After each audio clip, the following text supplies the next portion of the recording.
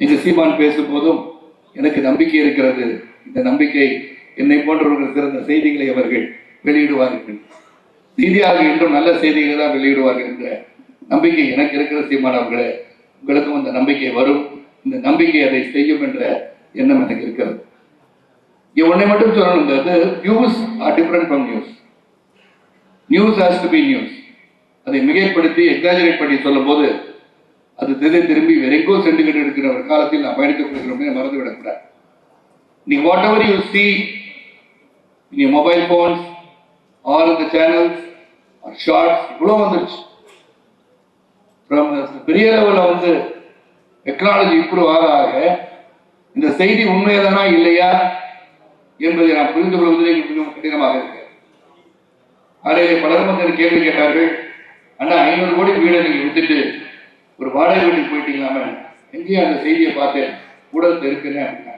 நான் சொன்னேன், ஐயா 500 கோடி ரூபாய்க்கு நான் வீடு கட்டுறேன்னா 10 கோடி வீடு கட்டி 4 கோடி அவங்க பேங்க்ல போட்டுட்டு நிம்மதியா எந்த வேலையும் வீட்டில் ரிட்டையர் ஆயிருப்பேன் அப்படின்னு சொன்னேன். ஆக இதை இங்குள்ளவர்கள் புரிந்து கொள்வார்கள்.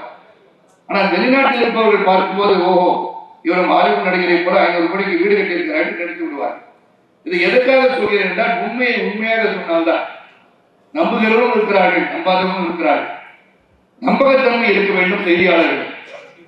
You should be educated, you should be knowledgeable. நீங்கள் கேள்வி கேட்பதற்கு முன்போ பத்திரிகை செய்தியை வெளியிடுவதற்கு முன்போ உங்களுக்கு அந்த செய்தியை பற்றியோ நடக்கின்ற நடவடிக்கையை பற்றியும் நீங்கள் தெரிந்திருக்க வேண்டும், புரிந்திருக்க வேண்டும். நான் சில பல சீமான பார்ப்பேன். இங்கு நான் பேசும்போது கட்சி சார்பற்று எந்த ஒரு கட்சியும் இல்லாம நான் பொதுவாக பேசும்போது சீமான் கேட்கிறேன், நான் பார்ப்பேன். கோபமா கேட்பார், நீங்க அதை செய்தி பார்த்தீங்களா கேட்பார். நமக்கு அந்த கேள்வி கேட்கணும்னு ஆசை தோணும். ஏன்னா உங்களுக்கு தெரிந்திருப்பதை நீங்கள் கேட்கிறீர்களா, இல்லை எங்களிடம் தெரிந்து கொள்வதற்காக நீங்கள் கேட்கிறார்கள் புரிவதற்காக அந்த கேள்வி எழுதுகிறார்கள். அது கோபமாக கடுப்பு சொல்வதற்காக அல்ல. நீங்கள் கேட்கும் போது அது தனியோகம்.